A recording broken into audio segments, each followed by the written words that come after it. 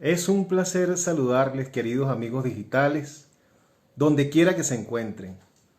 Gracias por estar allí. Reciban un abrazo virtual, mi cariño y mi respeto para cada uno de ustedes. Seguimos en este ciclo de programas especiales del portal informativo El Reporte Global, quien tengo el honor de dirigir.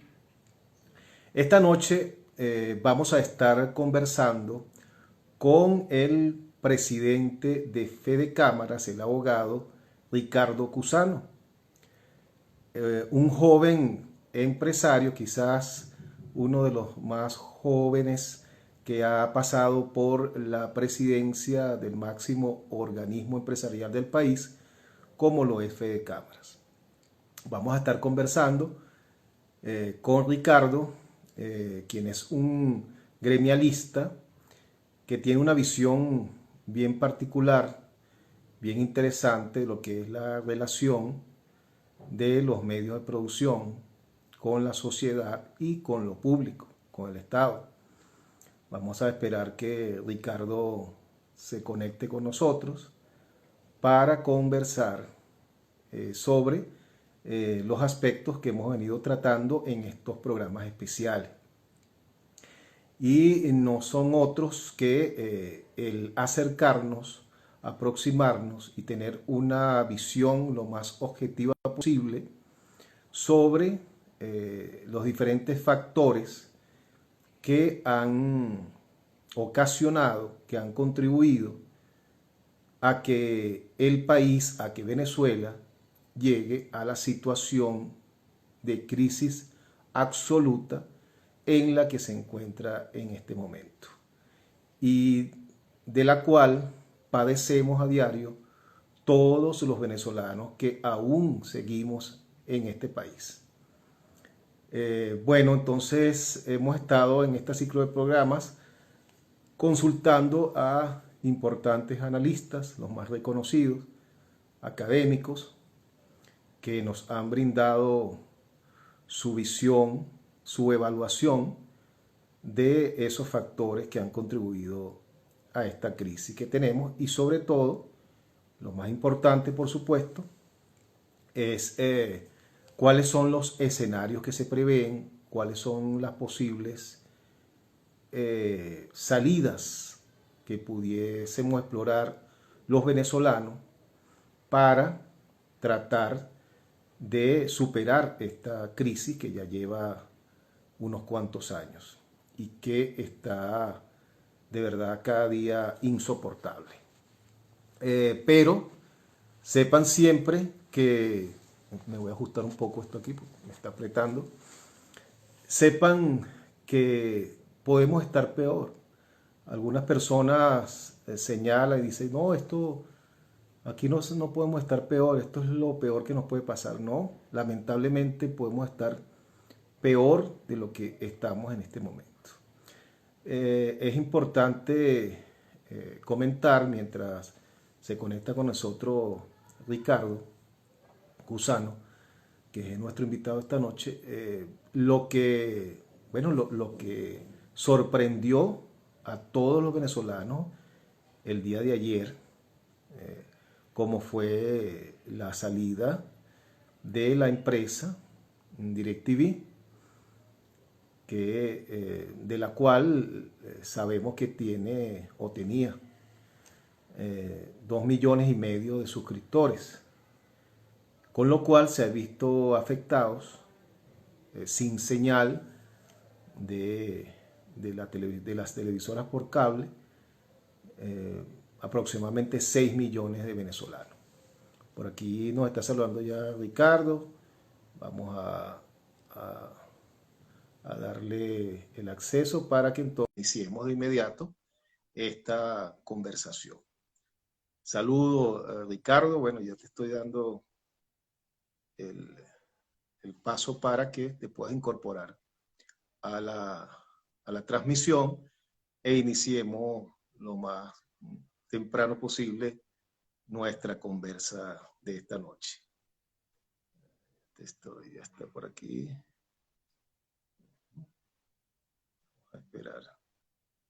Ok, ya te envié la solicitud, acéptala para que puedas incorporarte, Ricardo, a la conversación. Sí, bueno, mientras Ricardo se incorpora, entonces les decía que fue una terrible noticia para todos los venezolanos esta situación con DirecTV, que también lo vamos a comentar, por supuesto, con Ricardo esta noche, que ya se está conectando con nosotros. Sí, bueno, cada día esa caída libre en la que está el país sigue sin nada que la detenga.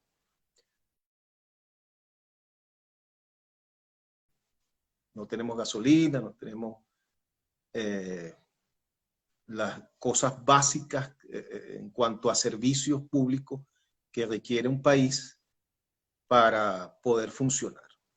Todos los servicios públicos del país están completamente colapsados. El agua, el servicio de agua, ya casi nadie en el país tiene un servicio de agua mínimo. La gente en las diferentes zonas llega el agua, bueno, en las zonas urbanas cada 3, 4 días, 5 días, y en el interior del país, bueno, hasta meses sin recibir el servicio de agua. La electricidad, bueno, hay poblaciones que pasan hasta un día completo, hasta 24 horas, sin recibir el servicio eléctrico. Y el transporte, bueno, ¿qué podemos decir del transporte si no hay gasolina? Hay situaciones realmente alarmantes. En lo particular, bueno, tengo a mi señora madre en el interior del país. Ella tiene 88 años de edad, vive en este momento con una hermana y mi hermana no puede trasladarla hasta un centro de salud porque ahorita tiene un problema de salud porque no consigue la manera de transportarlo. Y en el interior del país todo es más complicado, todo es más difícil. Eso es lo que estamos viviendo los venezolanos en este momento. Y el gobierno nacional, el gobierno de Nicolás Maduro, bueno, voltea para otro lado, se hace el sueco, no habla para nada de ninguno de estos problemas y lo único que ha hecho en los últimos días, en las últimas semanas, es hablar solamente de lo que vienen haciendo para enfrentar la pandemia en Venezuela y bueno, y lo relacionado con el macutazo, con la famosa operación Gedeón, a la cual muy hábilmente, porque son muy hábiles para hacer el mal, han explotado, han sabido sacarle punta por todas partes, ¿no? Y bueno, y lo han hecho muy bien, han aprovechado muy bien ese grave error que una vez más cometen los sectores extremistas del país para darle mayor oportunidad al, al gobierno a que, bueno, a que se asuma como la gran víctima y los factores que lo apoyan, entonces se coaccionen más con ese gobierno. Las Fuerzas Armadas, incluso hay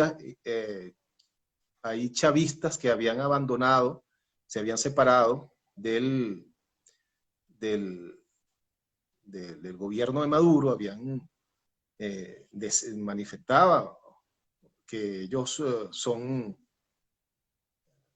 me está diciendo Ricardo que tiene algunos problemas de conexión con servicios de internet. Sí, Ricardo, sabemos que eso no es extraño. Bueno, te invitamos a que sigas intentando la posibilidad de conectarte.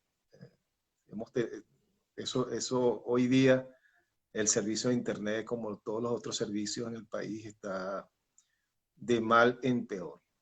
Así que no es extraño tener esos problemitas. Te saludamos, Ricardo. Ricardo está pendiente de conectarse para esta conversación. Vamos a esperar que ojalá y tengamos suerte, porque lamentablemente dependemos ahorita es de factor suerte y se pueda conectar con nosotros Ricardo Cusano, presidente de Fede Cámaras, y podamos entonces establecer esta conversación. Entonces, bueno, los venezolanos estamos viviendo, o el país está viviendo uno de sus peores momentos, yo diría que de su historia contemporánea. Y, ok, perfecto. A ver.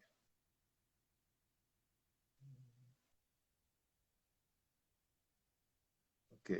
Sí, bueno, sigue allí valientemente, estoicamente, Ricardo, tratando de hacer contacto, de conectarse con nosotros. Vamos, intentémoslo. Tratemos de superar estas dificultades. Ahí está. Aquí estamos. ¿Cómo estás, Ricardo? Bueno, en esta Venezuela de inconvenientes, de obstáculos, pero nada, pero decidido a buscar soluciones, porque si nos quedamos en los obstáculos y en los problemas, no llegamos a ningún Así lado. es. Así es. De hecho, algunas personas me decían, oye, pero es que eso no funciona de estar haciendo entrevistas pues, por las redes, porque la internet aquí no sirve. Decía, bueno, pero es que si nos paralizamos, no intentamos hacer las cosas, es peor, ¿no? Aquí Es estamos. así. Te Y de agradezco, hecho, Ricardo, que estés esta noche con nosotros. Ya yo hice la presentación correspondiente, tú eres abogado, eres gremialista, actual presidente de Fede Cámaras. No sé si eres uno de los presidentes más jóvenes que ha tenido Fede sí, el Cámaras, más no joven. estoy seguro de eso. Sí, el Ajá, el presidente más más joven. joven y primera vez del sector turismo. Y vienes de Consecomercio, ¿no? Turismo, sí, por De, primera vez hay un ajá, representante, o sea, ha llegado a la presidencia un representante del turismo. exactamente. Qué bueno. El turismo que se ve lejos, pero es un potencial tan grande de nuestro país cuando podamos Sí, entonces enfocarlo, ¿no? sí, bueno, Bueno, vamos a adelante, entrar en adelante. materia bien temprano porque el tiempo es corto aquí. Ricardo, venimos haciendo una serie de programas especiales en este portal informativo de Reporte Global con analistas, con académicos, con economistas, y ahora tú estás representando en este espacio al sector fundamental como es el empresariado. Fíjate, hemos estado analizando cuáles han sido esos factores que han conllevado a que Venezuela llegue a la actual situación de crisis en la que estamos. Ujú. ¿Cuáles son esos elementos, esas situaciones, esas cosas hasta donde estamos actualmente? Quisiéramos saber tu visión Bueno, sobre eso. a ver, lo primero, sin duda alguna, lo primero es la falta de seguimiento y de respeto a los preceptos constitucionales que marca, bueno, valga la redundancia, que marca nuestra Carta Magna, ¿no? De que el sistema político, económico y social soporte derechos fundamentales como el derecho a la vida, a la educación, a la salud, y estos derechos con características, digamos, principistas y necesarias para todos, tienen que estar soportadas por libertades económicas, el derecho a la propiedad privada, el derecho a elegir en distintas formas, porque yo he colocado un tweet de que el derecho a elegir pasa por el derecho que tienes como usuario en la televisión de hacer zapping, de cambiar tus canales, pero también es el derecho que tienes cuando te paras frente a un anaquel y en modelos económicos que promueven más empresas, que promueven la competitividad, que generan los incentivos positivos y no perniciosos para que haya más empleo y más producción, ese derecho a elegir que tiene el consumidor cuando se para frente a un anaquel y tienes múltiples marcas de un mismo producto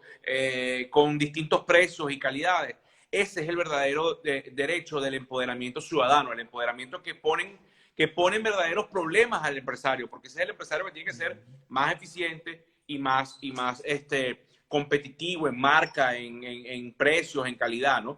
Entonces, al haberse deteriorado, al haberse fundamentado un modelo político en la chequera petrolera, en la captación de renta, en la captación de renta y en el uso de la misma para el control político, bueno, lamentablemente eso fue digamos, porque fue una política abierta que se creó para ir en contra de esas libertades, que se favoreció la empresa privada extranjera cuando se le compraba granos a Centroamérica o cuando se le compraba, qué sé yo, café a cualquier otro país, siendo Venezuela productor y teniendo capacidades para triplicarse, y así sucesivamente. Cuando comenzaron, por ejemplo, el control de cambio, yo en ese momento hacía mi carrera gremial en el sector turismo y tú veías como la balanza estaba 7-1. Por cada dólar que entraba de turista extranjero que se generaba a lo interno, se daban 7 subsidiados para que se saliera del país, ¿no? Entonces, en definitiva, esto es una consecuencia de lamentablemente haber testarudamente seguido un guión que en la historia ha demostrado fracasos. Al final eso se resume en esta narrativa. Pero además, no es solo un problema porque el decrecimiento económico y la contracción, que ha tenido momentos, pero no ha tenido más de 5 años consecutivos de crecimiento, la desaceleración viene de los años 70. Es un modelo que ya venía pasando aceite y que se terminó de fundir en estos últimos 20 años, donde era lo mismo, era ese Estado papá, ese Estado rentista, ese Estado, bueno, promotor de incentivos perniciosos. Y digo incentivos perniciosos porque imagínate tú que no tuviese el COVID en este momento. Y en Estados Unidos ponen rublos o euros baratos para viajar y va a haber cola de gente americana haciendo, porque al final los ciudadanos respondemos a incentivos y cuando hay incentivos positivos, en el marco de la ley, de la confianza, del Estado de Derecho, los ciudadanos reaccionamos a los incentivos positivos. Y cuando hay incentivos negativos, la mejor digamos, ejemplo es, ayer nos sacaron del aire a DirecTV y ya hoy veía, bueno, el bachaquerismo del DirecTV, como ya ves el bachaquerismo de la gasolina y como viste el bachaquerismo de la harina pan en un momento. Entonces, en definitiva, es un tema que no es exclusivo de los 20 años. Los 20 años exacerbaron ya problemas que traíamos, y problemas de educación, de institución y de pensamiento, pero obviamente estos últimos 20 años, bueno, le pusieron el acelerador al fracaso, ¿no? Quizás el punto fundamental de diferencia antes de estos 20 años, desde el 70, como tú haces referencia, hasta la llegada de Hugo Chávez al poder, es que pareciera que esta revolución que llega de la mano de Hugo Chávez concibe al empresario no como un aliado, sino como un enemigo. Sí, fíjate, José, efectivamente, en Venezuela el emprender, el, el desarrollar las fuerzas vivas que tiene cualquier ciudadano de ser independiente, de construir su vida sobre la base de su esfuerzo y en consecuencia de mejores ingresos y de riqueza. En términos de derechos se tipificó, se le vio como un delito. O sea, aquí la función del empresario, yo no te voy a decir que todos, no, aquí hay empresarios que cometieron errores, pero porcentualmente es mínimo en comparación al universo, que lo que está en la mañana levantando su Santa María buscando beneficios, progreso, bienestar, y beneficios no solo en lo personal, beneficios para sus colaboradores y para el entorno, porque es algo que es importante que dejar claro de entrada. Hasta en el sentimiento más capitalista, ningún empresario puede querer que su entorno le vaya mal, porque entonces el consumidor no existe, y al no haber consumidor, tu producto no tiene salida, o sea, y tu sueño de vender un producto, un servicio, sencillamente no llega a ningún lado. Entonces, esa función del empresario como parte de las herramientas para construir bienestar en una sociedad, en los últimos años, bueno, se satanizaron, ¿no? Y sin duda alguna, hoy es una consecuencia lo que estamos viviendo, esa política. Colombia tiene algo así como 30 veces más empresas que Venezuela en este momento. 5 millones contra 250.000. Vayamos a ver con todos los problemas que tiene Colombia, sociales, con todos los problemas económicos que puede tener en este momento, vayamos a ver la calidad de vida de los colombianos con respecto a la nuestra. O sea, no hay... Perú tuvo en un momento 7.000% de inflación en un año. Y cuando hubo un cambio de gobierno, se cambiaron las condiciones políticas y se cambiaron los incentivos, y con los mismos empresarios, con nuevas reglas, con generación de confianza, pasaron en menos de 10 años a ser uno de los países con mayor crecimiento económico y calidad de vida del sur del continente. Entonces, en definitiva, mientras se siga manteniendo la visión de que el emprender, de que las libertades económicas son un acto satánico, lamentablemente, como sociedad, yo no estoy hablando ni de este gobierno, como sociedad, vamos a seguir fracasando. ¿Cuántas empresas han cerrado su Santa María en estos últimos años, Ricardo? Son casi 350.000 empresas. Las cifras oficiales del INE, del Instituto Nacional de Estadística, para el año 1998, Venezuela tenía aproximadamente unas 620.000 empresas. En el año 2014, porque recuérdate que Venezuela tiene oscurantismo de cifras, el mismo INE presentaba unas 320.000 empresas para el 2014. Para el año 2000, finales del 18, inicio del 19, un trabajo privado que se hizo nos reportaba sobre el orden de las 250.000, 260.000, que es muy poco para un país como Venezuela, ¿no? Y además con la extensión de territorio que tenemos. Pero además, unas 250.000 empresas que trabajan a 30% de su capacidad instalada.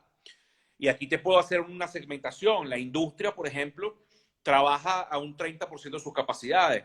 Las telecomunicaciones, que hoy, bueno, gracias a ellas, hoy estamos aquí conversando, están trabajando por arriba de sus capacidades. Pero después tienes un sector como el construcción, que antes de la pandemia trabajaba a 3% de su capacidad. O sea, aquí no había construcción, aquí había un edificio y 3 cocinas que estaría haciendo alguien, porque la verdad es que estaba totalmente detenido. Y entendiendo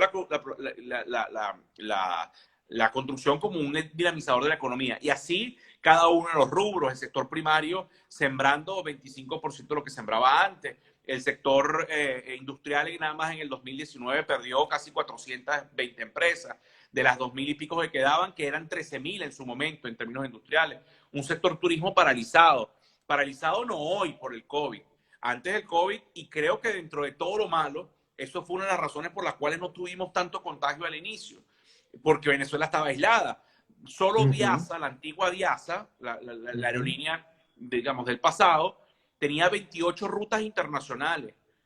La Conviasa actual nunca logró ni siquiera 10, y cuando las lograba eran más las veces que fallaba. Entonces, esa desconexión con el mundo nos hacía trabajar, bueno, prácticamente en un 30% de capacidad. Entonces, lo que te quiero narrar es que el momento empresarial es un momento extremadamente complejo, de contracción, pero paradójicamente, gracias a esas pocas empresas, y digo pocas porque son pocas para la dimensión de nuestro país, gracias a esas pocas empresas, hoy el país medianamente está parado. Porque con todos los problemas, por ejemplo, las telecomunicaciones que trabajan por encima de sus capacidades, las telecomunicaciones, el problema que tienen es que no tuvieron el entorno y los incentivos, digamos, necesarios para poder actualizarse. Pero hoy están a full, pero con equipos con tecnología un poco atrasada. Para hacer los gráficos, trabajan con un iPhone 7 cuando ya vamos por el 11, el 12, no sé, una cosa así, ¿correcto? Entonces, hay que darle gracias. Y también tenemos que sumarle a ese cúmulo de obstáculos, de problemas, la llamada fuga de cerebro, fuga de personal capacitado. Eso también creo que ha afectado muchísimo a las empresas, ¿no? Claro, por supuesto. Fíjate, tú tienes primero el entorno hostil, controles sobre controles, que por cierto no es anarquía o descontrol lo que se quiere. Lo que se quiere es un marco regulatorio verdaderamente amparado en la justicia, en la legalidad, en el respeto, en la transparencia. Dicho esto, súmale 5 millones de personas que se fueron. 5 millones que fueron por fases. Los primeros que se iban eran los que tenían capacidades económicas, entonces menos inversión. Después se empezaron a ir los profesionales, luego los técnicos, luego la mano de obra calificada y al final la mano de obra, digamos, no cualificada. Todo eso en la balanza de la producción tiene un peso importantísimo, porque vete a buscar un tornero, por decir cualquier cosa, un tornero en este momento en Venezuela, bueno, no consigue. Así como no conseguía el plomero, como ya empezabas a irte a unas funciones más arriba, y el gerente del hotel o el químico para una planta empezaban a tener serias fallas, que nos pasó, por ejemplo, con nuestra industria petrolera. Después de aquel pitazo en un programa de televisión, el mundo no vamos a hablar de lo que perdimos nosotros, el mundo ganó una gran cantidad de profesionales preparados que nos costó un dinero a la nación y que les costó un dinero a ellos mismos que no invirtieron y se fueron de la noche a la mañana. Pasaste de un trabajador que no tenía a un trabajador con 3 idiomas, con 20 años de experiencia, en una empresa tecnológicamente de primera. Entonces, nosotros perdimos unas capacidades importantísimas. Y ese quizás sea, José, el obstáculo más grande que vamos a tener que sortear. Porque en el momento en que haya, yo no hablo de cambios de personas ni de pensamiento. Yo lo que hablo es, en el momento en que exista en Venezuela un acuerdo de políticas integrales que nos permita virar 180 grados, lo cual no significa perder responsabilidad social, lo cual significa es cimentar las bases del crecimiento sobre nuestros preceptos constitucionales. Cuando eso ocurra, la inversión va a llegar, porque Venezuela tiene materias primas, tiene paisajes, tiene calidad de vida, o sea, tiene muchas cosas y siempre será una potencia para desarrollar muchos sectores. Los venezolanos en el exterior son venezolanos que, a mi modo de ver, esto es algo muy personal, porque además lo viví en términos familiares. La diáspora ha ganado 3 cosas que van a ser fundamentales para la Venezuela del mañana.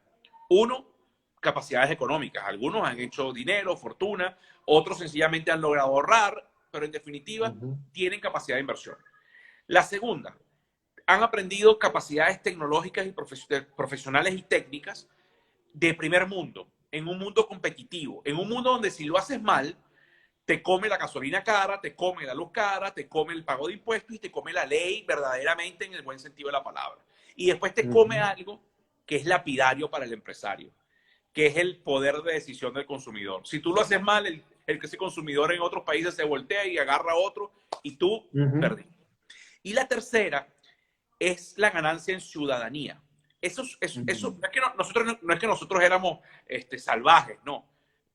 Creo que el éxito que están teniendo los venezolanos en el exterior, de la más baja nivel social o del más alto nivel social, del más bajo nivel de educación o el más alto, es porque precisamente lo que nos faltaba era, con todas nuestras capacidades y con toda nuestra precariedad que bueno, inventamos y solucionamos, lo que nos faltaba era un marco ciudadano de respeto a las leyes, de respeto al semáforo, pero de respeto a los incentivos, de respetar al trabajador, pero de respetar al empresario.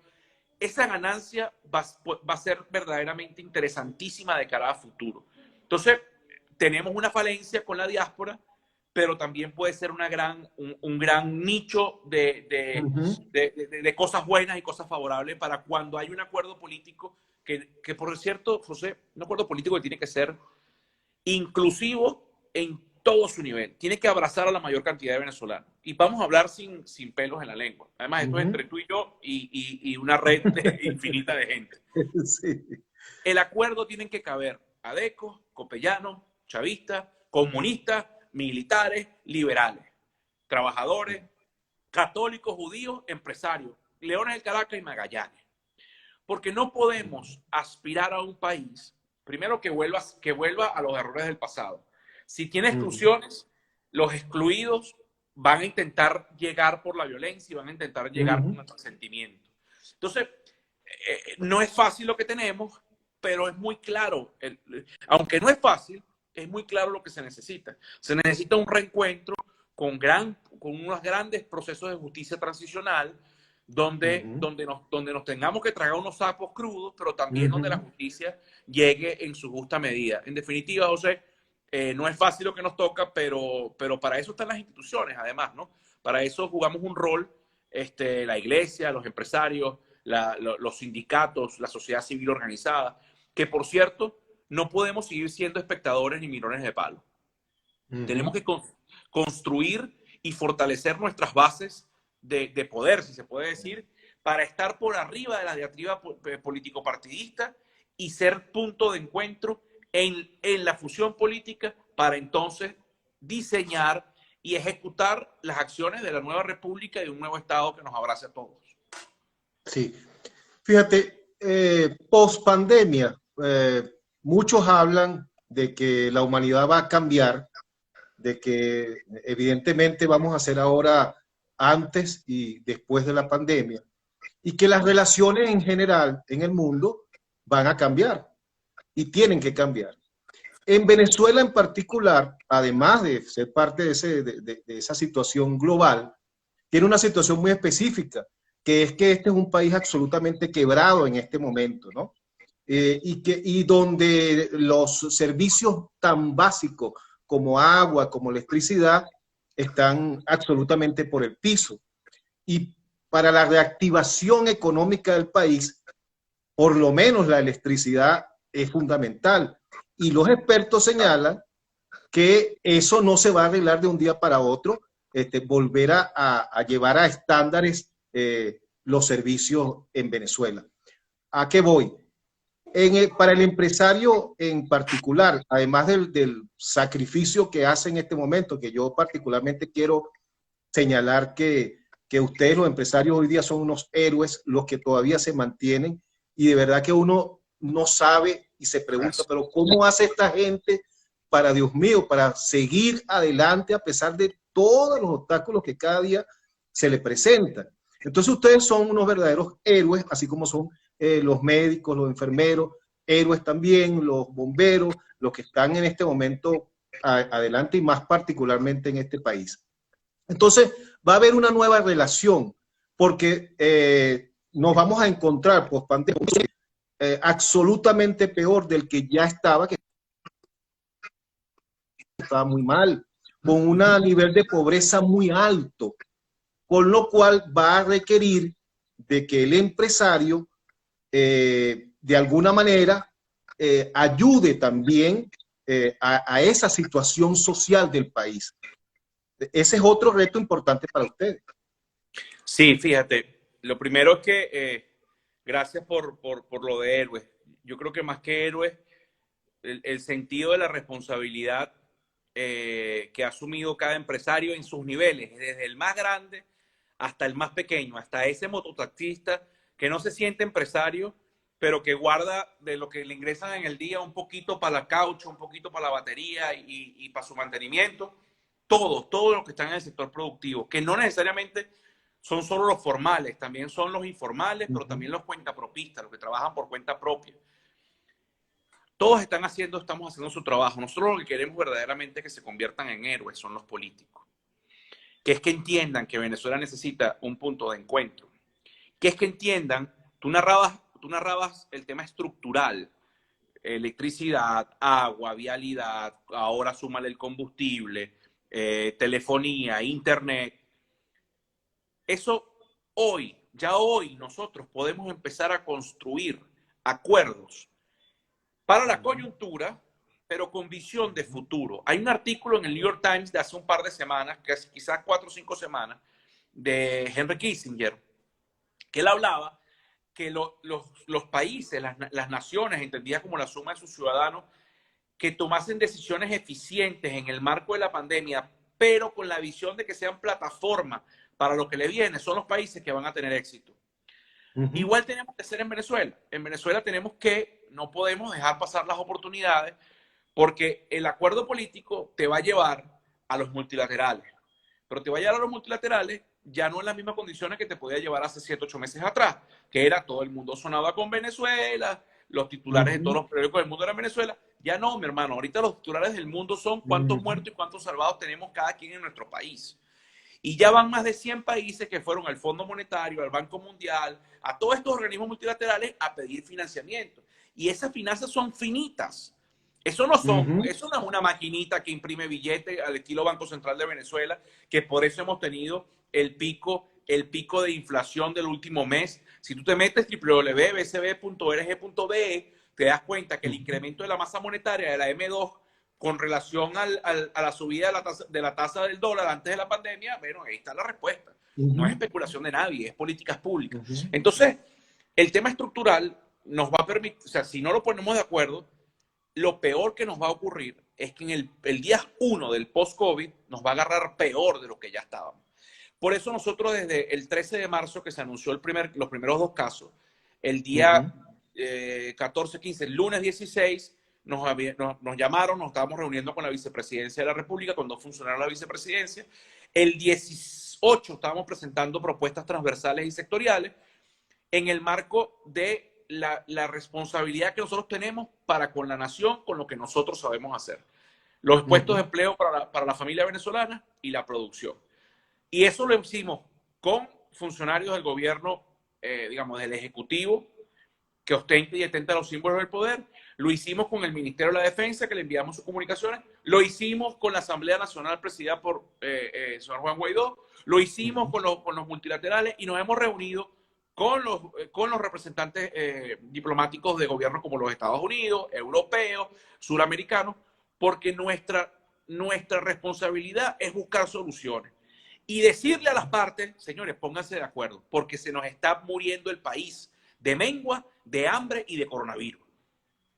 Claro, porque lamentablemente lo económico, el sector financiero, el sector productivo está supeditado a la situación política Correcto. que está en el país en este momento y a que a esos actores políticos hagan su trabajo, así como lo están haciendo ustedes, propongan soluciones en la coyuntura que permita que el país de alguna manera se sostenga y también con la visión de superar esto, ¿no? Pero en este momento hay una coyuntura en el país que hay que enfrentarla de alguna manera, pero para enfrentar esa coyuntura se necesita de los acuerdos de los actores políticos, de los polos que están en este momento enfrentados, porque los ciudadanos estamos en el medio de ese sándwich allí sufriendo y pareciera que lo que hay es un interés por el poder, los que están en el poder mantenerse y los que no están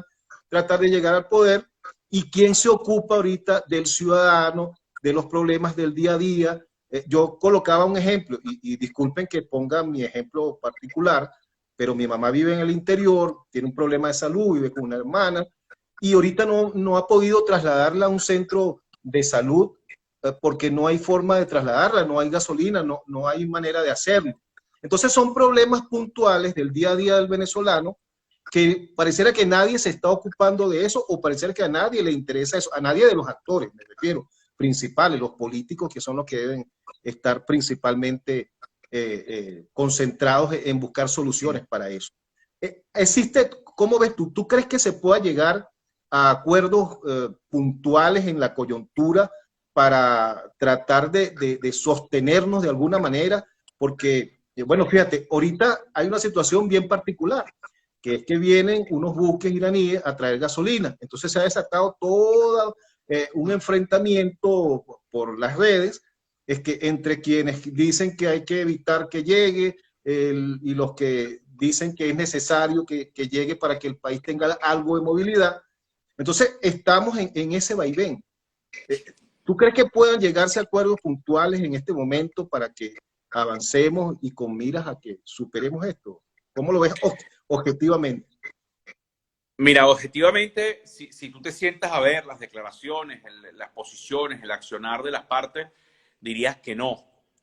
Pero asumiendo la responsabilidad de una institución, la representación de una institución, te diría que más que ver la posibilidad, hay que obligar a la posibilidad a que se llegue a ese acuerdo. O sea, hoy la sociedad civil venezolana, compuesta por una multiplicidad de factores, de organizaciones sociales, religiosas, económicas, trabajadores, nosotros tenemos que exigirle a la política que por un momento ponga de lado por cierto, la discusión legítima, Uh -huh. muy bien fundamentada, en términos constitucionales, institucionales, Uh -huh. económicos e históricos. Pero es que el problema es que de nada me sirve tener la razón si se me muere el votante. Uh De nada me -huh. sirve ser la mejor empresa que no tiene consumidor. ¿Correcto? Entonces, esto es un tema que va más allá del momento político. Yo se lo decía en estos días a un funcionario del oficialismo, decía, un alto funcionario, dice, yo nunca he votado por el chavismo. Y lo más seguro es que nunca lo haga, porque a mí no me convenció el proyecto, punto. No me enamoró en términos de votante que sigue un movimiento político. Pero mi deber institucional es sentarme con ustedes a buscar soluciones en el marco de la crisis. Y además soluciones que permitan, si no construir confianza, por lo menos apartar la desconfianza. Y empezar de cero en una nueva hoja que permita entonces diseñar los cambios inclusivos que el país tanto requiere y que, por cierto, clama a gritos. Cuando tú ves las encuestas antes del COVID que te decían que el 80% quería un cambio de modelo, lo cual no significa en ese 80% que era 80% antichavista y 20 chavistas. No, ahí había casi, el país sigue siendo casi un poco más, un poco menos, 60-40, 60 opositor, 40, pero eso es un tema de encuesta. Pero lo que sí estamos claros, el país entero quiere un cambio. Y ese cambio tiene que quedarse por el diálogo y por la negociación, porque cualquier otra vía es inaceptable. Es inaceptable por distintas razones. Uno, porque es alegrón de tísico, es pirotecnia. Y segundo, porque si tú no construyes el pacto de gobernabilidad inclusivo sobre la base de la negociación y el diálogo, después no tienes gobernabilidad.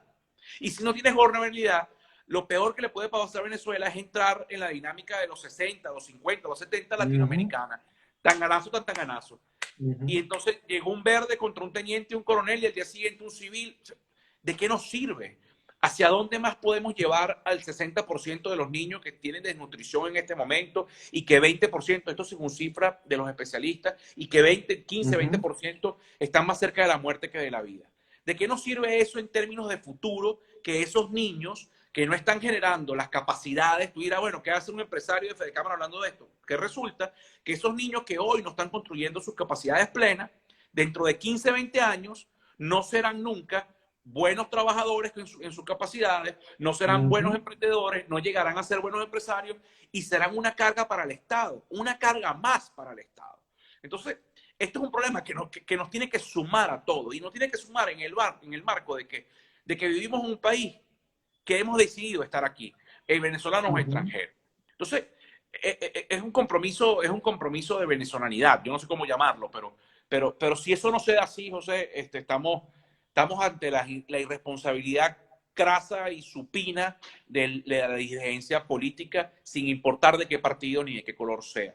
Por eso hemos asumido estas posiciones. Quien te habla fue vocero del lanzamiento de Frente Amplio por Fedecámara. O sea, no es que yo estoy... Pero cada momento tiene su momento.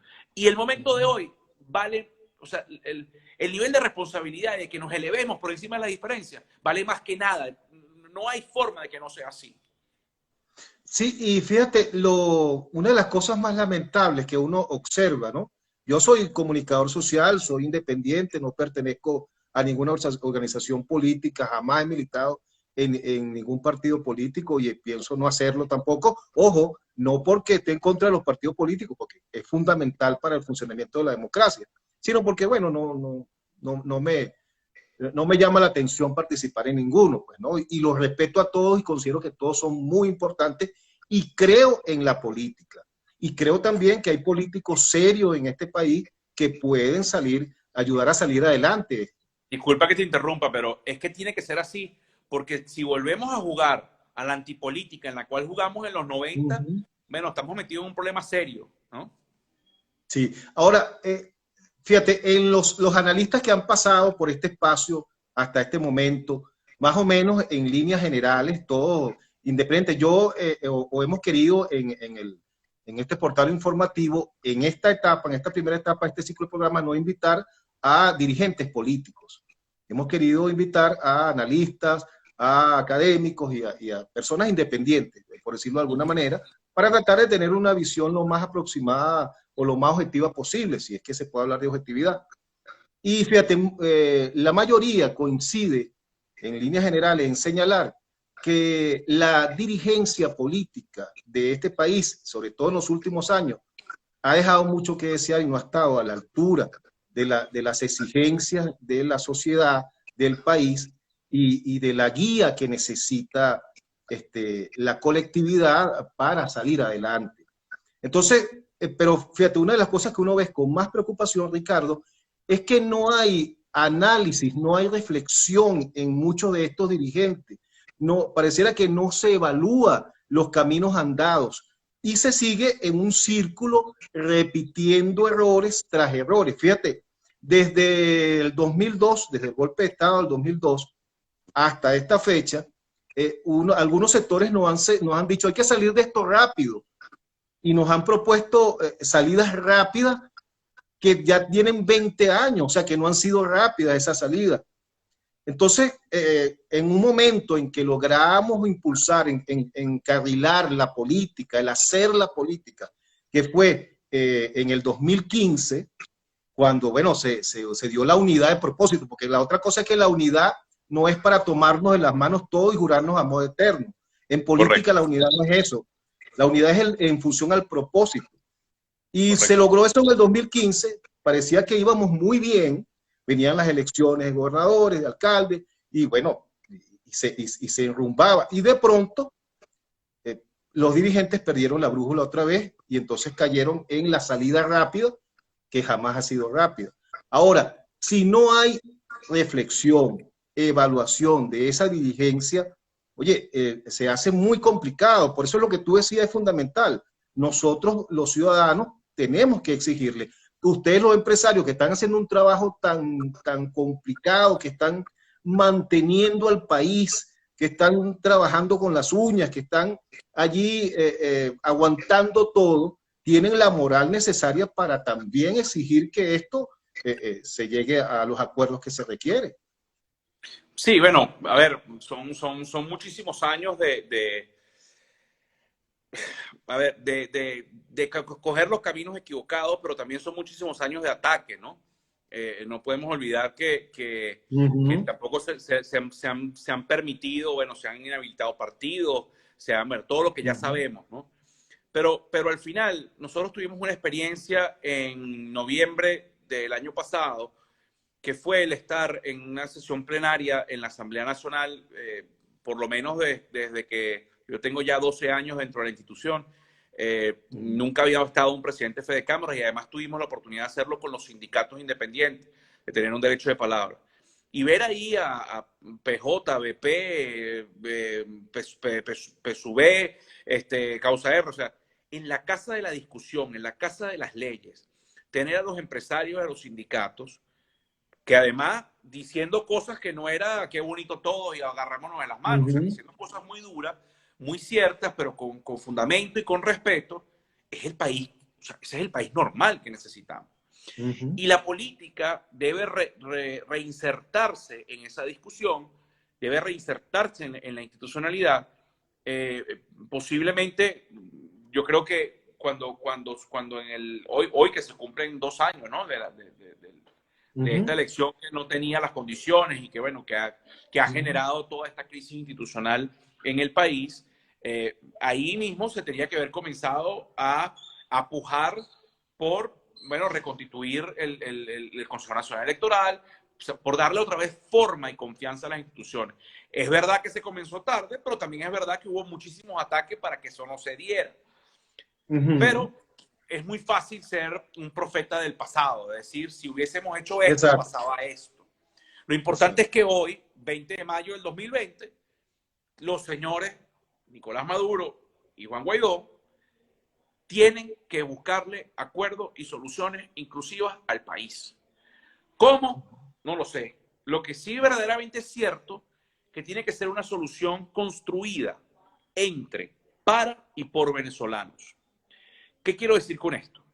Que la comunidad internacional es y va a ser siempre un apoyo para ambas partes, porque ambas partes tienen sus padrinos, ¿no? Y tienen el amigo atrás por si acaso, ¿correcto?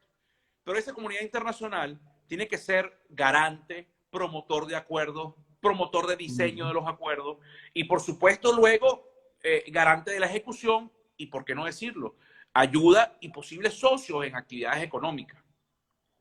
Porque al final aquí puede entrar chino, ruso, americanos, italianos, españoles, pero lo que nos importa es que sea en un marco democrático, en un marco de competencia abierta, en un marco donde no se desplace al nacional por el importado, como ha ocurrido durante lo largo de los últimos años y como lo hemos visto, por ejemplo, cuando se construía Misión Vivienda, que era preferible darle esas construcciones a unos nacionales de X país que los traían a hacer los trabajos, ¿correcto? Lo que te quiero decir con esto es que el acuerdo no se puede diseñar en otro país que no sea en Venezuela. El acuerdo se tiene que buscar las herramientas de países especialistas en esta materia, en instituciones especialistas en esta materia, como pueden ser los noruegos, por ejemplo, para que se termine. Ya ese camino se comenzó a andar, según lo que nos han dicho, ¿verdad? Los participantes de estas negociaciones, ahí se llegó casi a un 80% de acuerdo y faltaban unos detalles. O sea, si ya tenemos el 80 listo, bueno, comencemos a ejecutarlo, ¿vale? Y síganse cayéndose a piña hasta que lleguen a un acuerdo, como los papas. Hasta que no salgan de ahí, mi hermano, ustedes ahí no tienen permiso de volver a salir de ese claustro. Porque es que es la única forma. O sea, el problema es que el nivel de desesperanza, de incertidumbre y de insensatez que estamos viviendo no tiene otra solución que la solución construida entre todos. Aunque el que tengamos al frente no nos guste. Aunque, peor aún, aunque el que tengamos al frente nos haya odiado toda la vida, o el que tengamos al frente haya usado las fuerzas del Estado para atacarme y condenarme.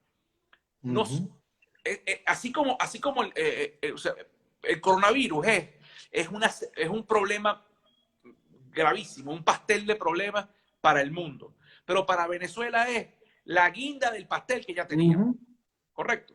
Entonces, así como tenemos que tomar decisiones, por ejemplo, protocolos de seguridad para un proceso de reactivación y tiene que construirse Estado con todas sus dimensiones, todos sus poderes, ejecutivo, legislativo, judicial, por supuesto el sector militar, con empresarios, con la institucionalidad empresarial, la institucionalidad independiente y oficialista de los sindicatos, de la mano de las comisiones técnicas. Así como se hace eso en el marco de la pandemia, hay que hacerlo en el marco de la reconstitución de la República. Estamos perdiendo la República, José. Estamos perdiendo territorio. O sea, que hay territorios que ya sencillamente no pertenecen a la cotidianidad legal del país. Y eso no lo podemos permitir como ciudadanos. O sea, yo crecí estudiando con el mapa de Venezuela y uno hacía el mapita y raca, y las rayitas de la zona de reclamación. ¿Qué van a hacer nuestros hijos, nuestros nietos?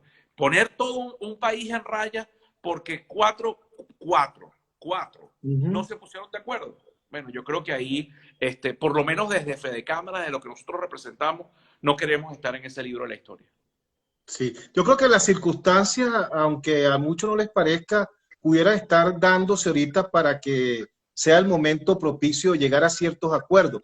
Pero lo que privaría sería la disposición de los actores a llegar a esos acuerdos. Pues fíjate que en la cadena de hoy, el presidente Maduro dijo algo que yo creo que muchos revolucionarios deben estar ahorita muy anonadados, ¿no? Porque dice que va a aceptar una donación de los Estados Unidos por $20 millones. Bueno, dígame eso, pues, o sea, aceptar del imperio, que el imperio nos ayude.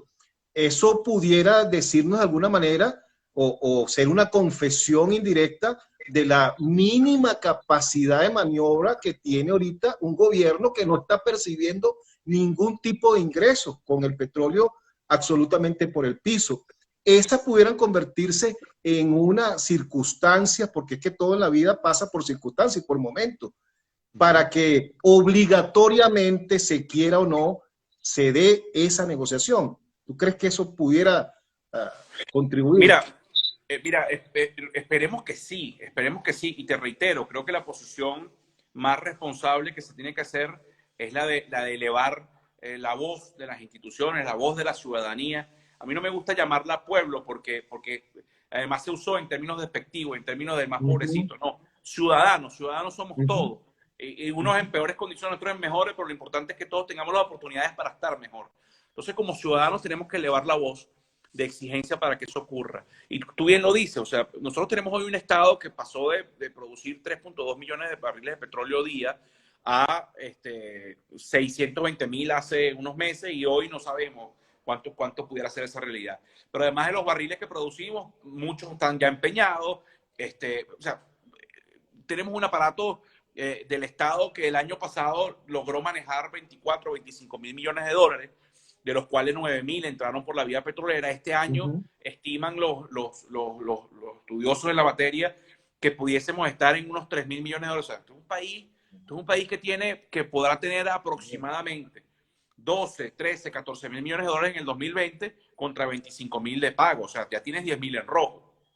Y es primera vez en la historia que ya los empresarios, o sea, la empresa, el sistema privado no depende del Estado, porque siempre dependimos del Estado.